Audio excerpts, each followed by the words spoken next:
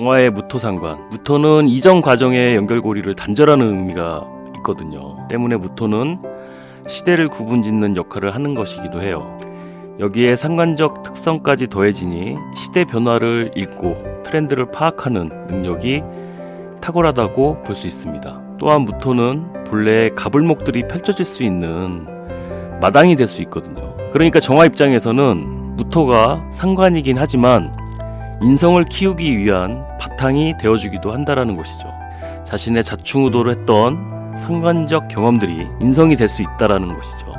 문제는 상관생재료의 전환이 이게 쉽지 않다는 것인데, 이는 상관답지 않게 한번 움직이는데 시간이 좀 걸릴 수 있다라는 거예요. 제가 처음에 파리의 민첩함을 예로 들었었는데 갑자기 이렇게 설명하니까 난해하다고 생각할 수 있는데, 지금 일간별로 상관들끼리 비교를 하는 거라고 이해를 하시면 됩니다. 똑같은 상관은 상관이지만 인성의 유무를 떠나서 이 정화의 무토 상관은 좀 반성을 잘하는 편에 속하고, 또 심하면 자책이 심해서 민첩함이 좀 떨어질 수 있다라고 이해해 보시면 되겠습니다. 후의 신금상관. 무토는 신금상관을 반짝이게 이렇게 드러내기보다는 이제 감추려는 모습으로 나타날 수 있습니다. 이제 전답주옥이라고 해서 이 원석 그 자체가 안에 이제 숨어 있는 것이 되니까, 이건 뭐겠어요? 이건 아이디어가 되겠죠. 그래서 아이디어가 매우 뛰어나고, 또 이렇게 한마디 툭툭 내뱉는 말들이 아주 좀 센스 있고 이쁘게 할 수 있겠죠. 그리고 병화 편인들을 끌어들일 수가 있어요. 그리고 병신 앞에서 이것을 재성으로 만드는 것이 되니까, 야, 이러면 뭔가 약장사하면 잘하겠다라고 순간 떠오를 수도 있는데, 그런 게 아니라 특별한 재능을 가진 능력의 소유자라고 할 수 있겠어요. 무토에게 신금을 캐내기 어렵긴 하지만 조건만 잘 갖춰진다면 정말 돈 버는데 유리한 상관이 아닌가 싶어요. 경금상관.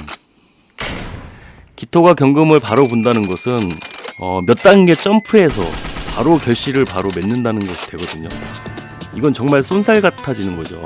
정광석화도 같다고 할 수 있는데, 너무 서두르다 보니까 하는 일이 자주 엎어지고 좀 뒤집어진다고 해서 이걸 옥토광석이라고 표현하기도 하거든요. 이 특이점은 병화의 인성을 보면 맞아요. 그래서 인터넷 통신과 같은 빠른 업무 해결을 요하는 업종에서 그 능력을 발휘할 수 있다고 할 수 있고요. 딱히 정물성을 갖추지 못한다고 하여도 진짜 어떤 일을 맡겨도 잘 해내는 제너럴리스트와 같은 면모를 지닌 다재다능한 상관이라 할 수 있습니다. 상관. 기본적으로 경금이 개수를 엄청 잘 생하죠. 올해 경자년 7월 개미월에 비 오는 거 실감해 보셨으니까 아실 거예요.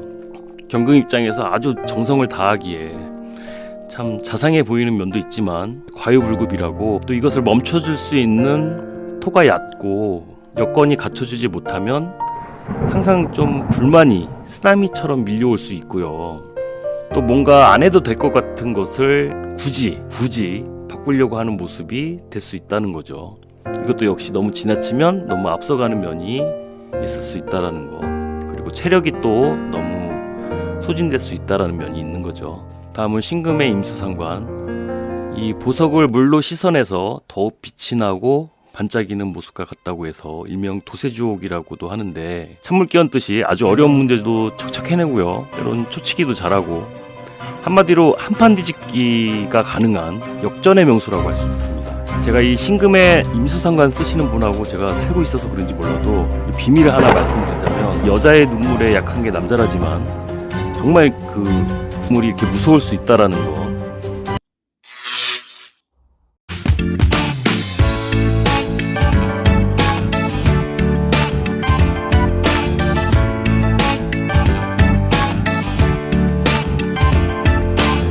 임수의 을목상관은 우중질환이라 해서 물속에 피어난 난초의 모습이라고 하는데, 좀 외롭고 쓸쓸해 보이기도 하죠. 이게 또 누구 마음은 누가 안다고 때문에 타인들에게 조언을 잘 해줄 수 있는 것이기도 하고요. 사람들의 공감대 형성을 잘하는 것이기도 해요. 조금 더 나아가자면 뭔가 여론몰이를 잘할 수 있는 것이기도 하고요. 가만히 보시면 이 을목 파란색 상관 이거 트위터 같지 않나요? 짹짹이. 과거에는 을목 상관 자체를 역마성으로 보아서 여기저기 돌아다니고 날아다니는 모습으로 보기도 했는데, 이런 특성들이 합쳐져서 최근엔 SNS를 통한 직종에서 잘 쓰여질 수 있는 인자가 될 수도 있겠구나라는 생각이 듭니다. 갑목상관, 양류갑로라고 해서 버드나무에 이슬이 내리는 모습이라고 표현을 하는데, 이 개수만큼 목을 잘 키우는 성분이 없다 보니까 이 뜻이 뭐냐면 상관 입장에서 생을 해준다는 거예요. 그러니까 그때그때 봐서 갑모가 너 필요한 거 없니? 없음 말고. 뭐 필요한 거 없니? 없음 말고. 제가 이제 다음 시간에 말씀드리겠지만, 식신은 꾸준하긴 하지만 자기 식대로 하는 면이 있다라는 거거든요. 여기서 한 가지 참고하실 점은 무게함 역시 갑목 입장에서 해준다는 거예요. 상관경관 한다는 건데 라고 생각할 수 있는데, 무토 정관이 있는 구조에서 운이 왔다고 해서 이걸 무조건 상관경관을 하는 게 아니라는 거예요. 인성과 재성의 유무에 따라서 답이 잘 될 수 있다라는 거죠. 자, 오늘은 여기까지입니다. 다음엔 일간별 식신에 대해서 설명드리도록 하겠습니다. 궁금하시다면 구독 눌러주시고요. 그럼 다음 시간에 뵙겠습니다. 감사합니다.